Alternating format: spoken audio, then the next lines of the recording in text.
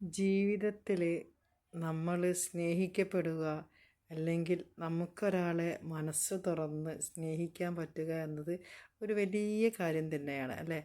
അത് ചിലപ്പം ഭാര്യ ഭർത്താക്കന്മാർ തമ്മിലാകാം, അല്ലെങ്കിൽ കാമുകി കാമുകന്മാർ തമ്മിലാകാം അല്ലേ. സ്നേഹമെന്നത് നമുക്ക് ഫീല് ചെയ്യണം, അവിടെയാണ് വിജയം അല്ലേ. നമ്മളൊരാളെ സ്നേഹിക്കുന്നുണ്ട് എന്ന് പറയുന്നത് വലിയ അർത്ഥമൊന്നുമില്ല, പക്ഷേ നമ്മളെ സ്നേഹം മറ്റൊരാൾക്ക് ഫീല് ചെയ്യുന്നുണ്ട് എന്ന് പറയുന്നതിലാണ് നമ്മൾ വിജയിക്കുന്നത്. അങ്ങനെ തന്നെയല്ലേ, നമ്മളെ ഒരാൾ സ്നേഹിക്കുന്നുണ്ട് എന്ന് നമുക്ക് മനസ്സിലാവണം, അല്ലെങ്കിൽ നമുക്കത് ഫീല് ചെയ്യണം.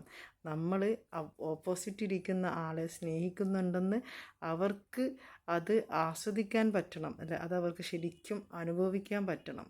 അപ്പോഴാണ് ആ സ്നേഹത്തിന് ഒരു വില അല്ലേ. യഥാർത്ഥമായ സ്നേഹത്തിൻ്റെ മുന്നിൽ ഒന്നും ഒരു വിലങ്ങുതടിയാവില്ല.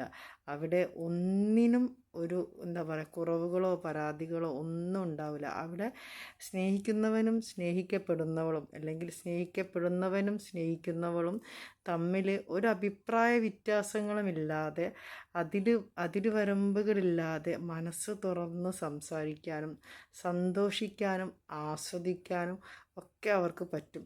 അവർ വേറെ ഏതോ ഒരു മായാലോകത്ത് ജീവിക്കുന്നത് പോലെ, ഈ ലോകത്ത് എന്തെല്ലാം സംഭവിച്ചാലും അതൊന്നും അവരെ ഒരു തരത്തിലും ബാധിക്കില്ല എന്നതാണ് പരസ്പരം മനസ്സ് തുറന്ന് ആത്മാർത്ഥമായി സ്നേഹിക്കുന്ന രണ്ട് പേരിലുണ്ടാകുന്ന ഫീല് എന്നാണ് എനിക്ക് പറയാനുള്ളത് കേട്ടോ. നമ്മൾ ഒരാളോട് ഐ ലവ് യു എന്ന് നമ്മൾ പറയുമ്പോൾ, ആ ലവ് യു എന്ന് പറയുന്ന വാക്ക് ആയത്തിലേക്ക് ഓപ്പോസിറ്റ് നിൽക്കുന്ന ആളുകളുടെ ഹൃദയത്തിൻ്റെ ഉള്ളിലേക്ക് കുത്തിക്കയറാനുള്ള ഒരു പ്രത്യേക എനർജി നമ്മുടെ ഭാഗത്തു നിന്നുണ്ടാവണം. അത് അങ്ങനെ ഉണ്ടായ ഒരു സ്നേഹമാണ് പരസ്പരം വിശ്വാസവും. അങ്ങനെയുള്ള ഒരു സ്നേഹത്തിൽ നമുക്ക് ഒരിക്കലും പരാതികൾ ഉണ്ടാവില്ല. അങ്ങനെയുള്ള ഒരു സ്നേഹം ഒരിക്കലും കള്ളമായിരിക്കില്ല. അത് അവരുടെ ഹൃദയത്തിൻ്റെ ഉള്ളിൽ അറകളിൽ നിന്ന് അവരറിയാതെ ഒഴുകി പുറത്തോട്ട് വരുന്ന യഥാർത്ഥ സ്നേഹമാണ്. അങ്ങനെയുള്ള യഥാർത്ഥ സ്നേഹം അനുഭവിച്ചുകൊണ്ട് ജീവിക്കാൻ എല്ലാവർക്കും സാധിച്ചാൽ ഈ ലോകം എന്ത് മനോഹരമായിരിക്കും അല്ലേ.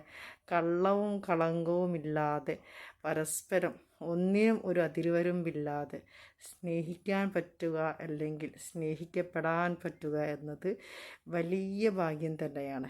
അങ്ങനെയുള്ള ഭാഗ്യങ്ങൾ എല്ലാവർക്കും കിട്ടട്ടെ അല്ലേ. ഭാര്യ ഭർത്താവിനെ സ്നേഹിക്കാനും ഭർത്താവ് ഭാര്യയെ സ്നേഹിക്കാനും ഒക്കെ ഒരവസരമാകട്ടെ എന്ന് ആത്മാർത്ഥമായി പ്രാർത്ഥിക്കുന്നു. അങ്ങനെയുള്ള സ്നേഹങ്ങൾ ഈ ഭൂമിയിൽ നിലനിൽക്കട്ടെ. അത് ഈ ഭൂമിയുടെ നിലനിൽപ്പിന് പോലും അത്യാവശ്യമാണ്.